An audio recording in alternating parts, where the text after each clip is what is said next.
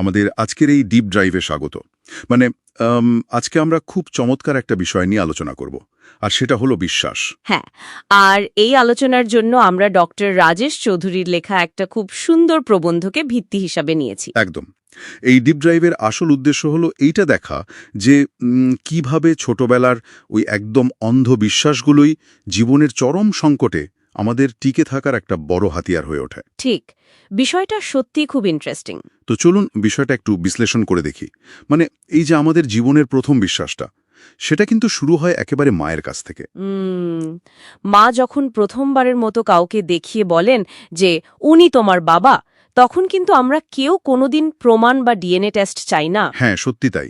আমরা স্রেফ ওই কথাটার উপর পুরোপুরি ভরসা করে নিই। ঠিক তাই। তো এখানে সবচেয়ে চমকপ্রদ বিষয়টা আসলে কি? এখানে সবচেয়ে চমকপ্রদ বিষয় হলো আধ্যাত্মিক গুরু শ্রী শ্রী ঠাকুরের একটা কথা। তিনি বলেছেন যে ভাব কোনো বিরুদ্ধ কথায় টলে যায় না, সেটাই হলো আসল বিশ্বাস।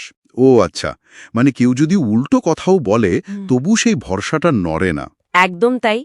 আধুনিক সাইকোলজির ভাষায় বললে এটা হলো একটা কগনিটিভ অ্যাঙ্কার বা মানসিক নোঙর।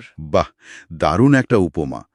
এটাকে কিন্তু ছোটবেলার ওই সার্কাসের অদৃশ্য সেফটি নেটের সাথেও তুলনা করা যায়। মানে আমরা অবচেতনভাবেই জানি পড়ে গেলে কেউ একজন ঠিক ধরে ফেলবে। ঠিক বলেছেন, একটা ভরসা থাকে সবসময়। কিন্তু বড় হলে যখন সংসারের নানা জটিলতার দায়িত্ব ঘাড়ে চাপে, তখন এই নেটটা কোথায় যায়? আসলে নেটটা কোথাও যায় না। পরিণত বয়সে এই শূন্যস্থানটা পূরণ করার জন্য একটা জীবন্ত আর উচ্চ আদর্শের ওপর ঠিক মায়ের মতন অটুট বিশ্বাস থাকাটা খুব জরুরি। আচ্ছা, তার মানে বড় বয়সেও একটা ভরসার জায়গা লাগে। একদম। এই বিশ্বাস ছাড়া জীবনটা সত্যি দুর্বিষহ হতে পারে। কিন্তু কোনো আদর্শের ওপর বিশ্বাস থাকলে জীবনের কঠিন পথ চলাটাও অনেক সংশয়হীন আর আনন্দময় হয়। বুঝতে পারছি। আচ্ছা, প্রবন্ধ থেকে একটা ছোটবেলার উদাহরণ মনে পড়ল। ওই যে পড়ে গিয়ে ব্যথা পেলে মা বলতেন ব্যথা পেলেই বড় হবি, আর ম্যাজিকের মতো বাচ্চার কান্নাকাটি থেমে যেত। হ্যাঁ, আমরা সবাই এটা ফেস করেছি। কিন্তু এখানেই বিষয়টা সবচেয়ে আকর্ষণীয় হয়ে ওঠে। মানে আঙ্গুলে ব্যথা পাওয়ার মতো ছোট ঘটনায় না হয় মঙ্গলের ইচ্ছা খোঁজা গেল, কিন্তু চরম শোকের ক্ষেত্রেও কি এটা সত্যি? হ্যাঁ, লজিক্যালি কঠিন মনে হলেও বাস্তবে এটাই ঘটে। দুটো খুব কঠিন বাস্তবের উদাহরণ দেয়া যাক। প্রথমটা হলো এমন একজন বাবার যার সন্তান মৃত্যুশয্যায়। এটা তো খুব মর্মান্তিক একটা অবস্থা। খুবই। কিন্তু তিনি ঈশ্বরের ইচ্ছার ওপর পূর্ণ সমর্পণ করে বলছেন যে চরম পরিণতিতেও যদি কোনো মঙ্গল থাকে তবে তাই হোক। এই যে মেনে নেওয়ার ক্ষমতা, এটা শোকের মুহূর্তে মানসিক ভারসাম্য ধসে যাওয়া থেকে বাঁচানোর একটা সাইকোলজিক্যাল ডিফেন্স মেকানিজম। তার মানে মানুষটা শোকটাকে অস্বীকার করছেন না, শুধু হতাশা বা নেশার খাদে তলিয়ে যাওয়া থেকে নিজেকে বাঁচাচ্ছেন। একদম ঠিক ধরেছেন। দ্বিতীয় উদাহরণটা SPR নামক এক ব্যক্তির। তিনি চোখের সামনে গাড়ি দুর্ঘটনায় নিজের স্ত্রী আর কন্যাকে হারান। ও মাই গড, এটা তো ভাবাই যায় না। হ্যাঁ, কিন্তু এই চরম বিপর্যয়ের পরও তিনি আচার্যদেবের মতো একজন আধ্যাত্মিক গাইডের নির্দেশে নিজেকে নানা ইষ্ট কাজে যুক্ত রাখেন। আচ্ছা, মানে মানুষের মঙ্গলজনক কাজে নিজেকে ব্যস্ত রাখা। ঠিক তাই। চরম ট্রমার সময়ে শোকের বদলে একটা পজিটিভ রুটিনে ফোকাস ঘোরানো। আর এই রুটিনটাই তাকে ছিটকে পড়তে দেয়নি।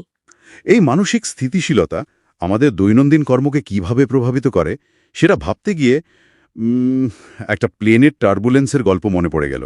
ওই পাইলটের গল্পটা, তাই তো? হ্যাঁ, আকাশে প্লেন প্রচণ্ড কাঁপছে আর সবাই আতঙ্কে দিশেহারা, কিন্তু সামনের সিটের একটা বাচ্চা মেয়ে নিশ্চিন্তে ভিডিও গেম খেলছে, কারণ ওই প্লেনের পাইলট তার বাবা। সত্যি কি অদ্ভুত একটা ভরসা। তো এই সব কিছুর অর্থ আসলে কি দাঁড়াচ্ছে? যাদের মধ্যে এই পাইলটের প্রতি বিশ্বাস নেই, তারা কি করবে? আমরা যদি এটাকে বৃহত্তর প্রেক্ষাপটের সাথে যুক্ত করি, তাহলে শ্রী শ্রী ঠাকুরের কথায় কর্ম সবসময় বিশ্বাসকে অনুসরণ করে। আচ্ছা, ব্যাপারটা একটু বুঝিয়ে বলবেন। ধরুন একজন শিক্ষক 20টা অঙ্কের টাস্ক দিলেন। যে ছাত্র শিক্ষককে পুরোপুরি বিশ্বাস করে সে রাত জেগে ওই 20টা অঙ্কই প্র্যাকটিস করবে, আর যে করে না সে শর্টকাট খুঁজবে। মানে বিশ্বাস থাকলেই মানুষ কাজটা ঠিক মতো করে। ঠিক তাই। বিশ্বাস থাকলেই মানুষ দীক্ষা বা ইষ্টভৃতির মতো নিয়মগুলো নিষ্ঠার সাথে পালন করে। এগুলো প্রতিদিন নিজের সেই অটুট বিশ্বাসকে ঝালিয়ে নেওয়ার একটা সাইকোলজিক্যাল ওয়ার্কআউট। তার মানে আমাদের দৈনন্দিন কাজগুলোই বলে দিচ্ছে আমাদের বিশ্বাসের শেকড় কতটা গভীরে। হ্যাঁ, আর যাদের বিশ্বাস কম, শ্রী শ্রী ঠাকুরের নির্দেশ অনুযায়ী তাদের উচিত কোনো বিশ্বাসী ব্যক্তিকে অনুসরণ করা, যেমন আচার্যদেব বা কোনো জীবন্ত আদর্শ। চমৎকার। আজকের এই ডিপ ডাইভ থেকে এটা স্পষ্ট যে বিশ্বাস কেবল একটা তাত্ত্বিক ধারণা নয়, এটা প্রতিকূলতায় টিকে থাকার এক শক্তিশালী মনস্তাত্ত্বিক ঢাল। একদমই তাই। এটা আমাদের জীবনের একটা বড় সাপোর্ট সিস্টেম।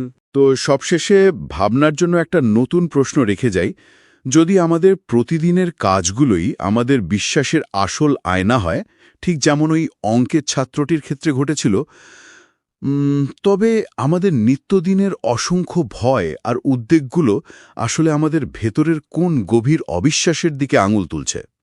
একটু ভেবে দেখবেন।